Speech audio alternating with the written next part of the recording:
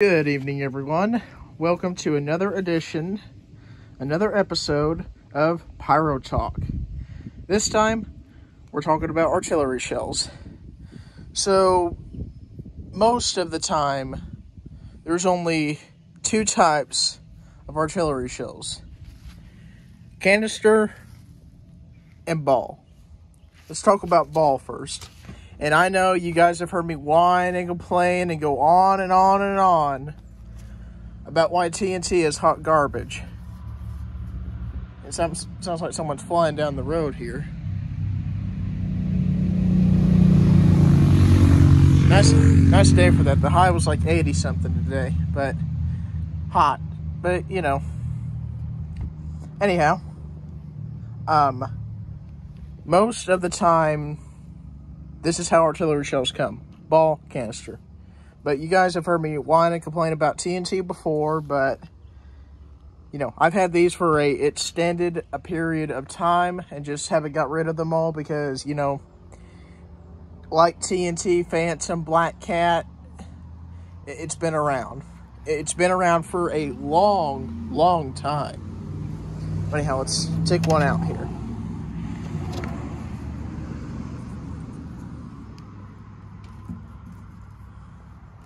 Put this box over here for a minute. All right, so here you have a 1.75 diameter ball shell, and I'm gonna put it a little closer here, and shake it. You might be able to hear the powder.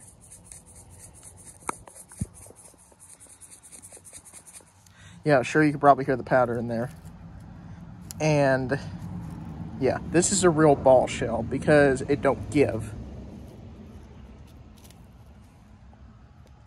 But you've heard me kind of talk a little bit about what's the difference between a ball shell and a canister shell.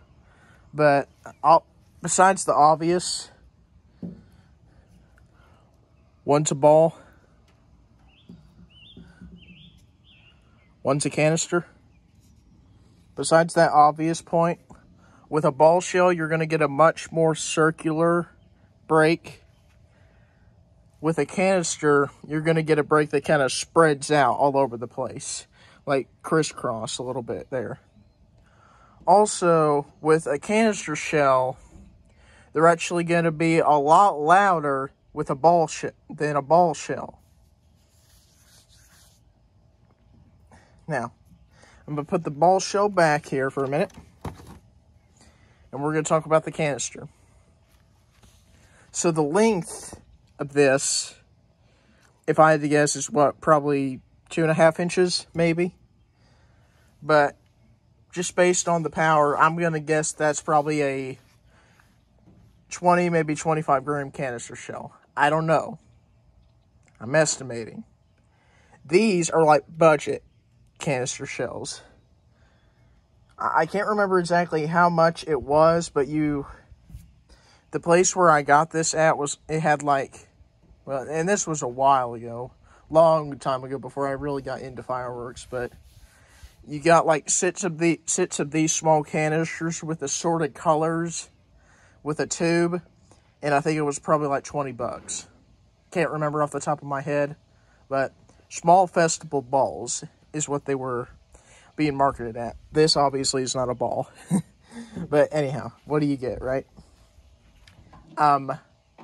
So another thing with canister shells is, and sorry if this takes a long time to explain, but hopefully I'll have a special comparison video coming out within the next few years. But you have the small one right here. Then for the 1.4G consumer grade, this is all consumer grade. None of this is professional, okay? As long as you be careful, use some sense when you're doing fireworks, there's nothing that will happen, okay? There is a small chance that something will happen, but once again, it's small. It's rare, okay? But anyhow, 2 inch, 2.5 inch, then you go up to 4 inch, then 5 inch, then 6-inch, then 7-inch. Then more recently, it was new for this year. If you follow Red Apple Fireworks, they have a 8-inch quad breaking canister shell. And so far, 8-inch is the biggest that you can get on the consumer 1.4G market. But a misconception that a lot of people tend to have with canister shells, artillery shells, cakes, fountains, gram-wise, special effects, whatever, is that bigger is automatically going to be better. That's not always the case. Most of the time, after you get past a 5-inch canister shell, now, well, maybe 6-inch, but the 7-inch and the 8-inch, well, the only one 8-inch, and the 8-inch, don't get me wrong, the 8-inch is still very cool. But after you get past the 5 and the 6, the 7 and the 8-inch, most of the time only have cardboard, because the hard limit for the powder that you can have in canister shells is 60 grams. 60 grams of pyrotechnic powder. That's the legal limit that you can have before you have to get your license and get into 1.4G professional grade, then 1.3G professional grade. But if you're finding canister shells bigger than 60 grams, you know someone who either has their 1.4G professional grade, 1.3G professional grade, or you just know someone else who does that and can get you that with no problems, no questions asked. But you can get in some serious legal trouble if you know someone who distributes, or if you are someone who distributes 1.4G professional grade and 1.3G professional grade to the consumer market. If you do that, you will get in major trouble. But anyhow, a lot of the time, 4-inch, 5-inch, and 6-inch are going to be your three main categories that are going to be best sellers, crowd pleasers. They're going to be impressive, they're still going to be loud, and they're going to have cool effects. And I know I already said something like this. That 60 grams, in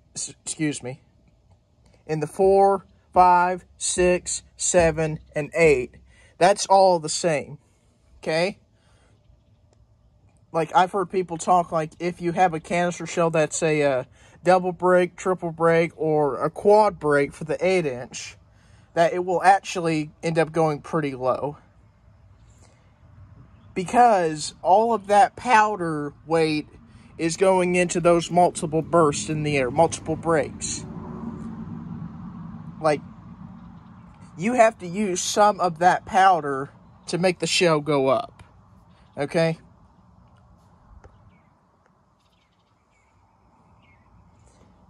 With a 4-inch or a 5-inch, you don't have to use very much because it's kind of equal and opposite. Like, do you want it to go high and break really big, or do you want it to go kind of low but have multiple breaks?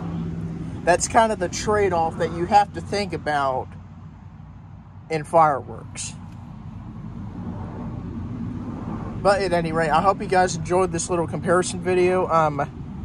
All of the inches that I've mentioned, the 4, 5, 6, 7, and 8, I'm going to put links down in the video description below.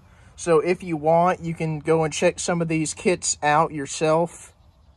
But just kind of as a personal favorite, I guess you could say.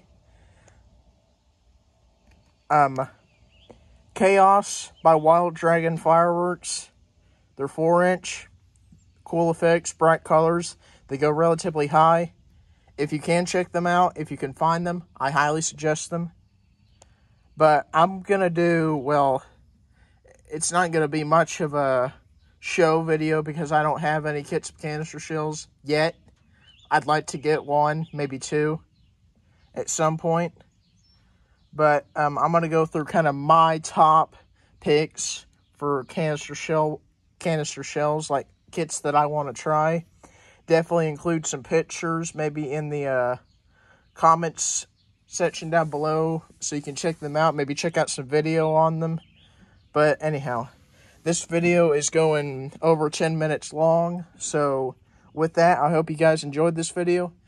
If you'd like to see maybe some versus videos along with some stuff down in the description so you can check them out. Maybe you can decide which cake or artillery shell or whatever you think should win.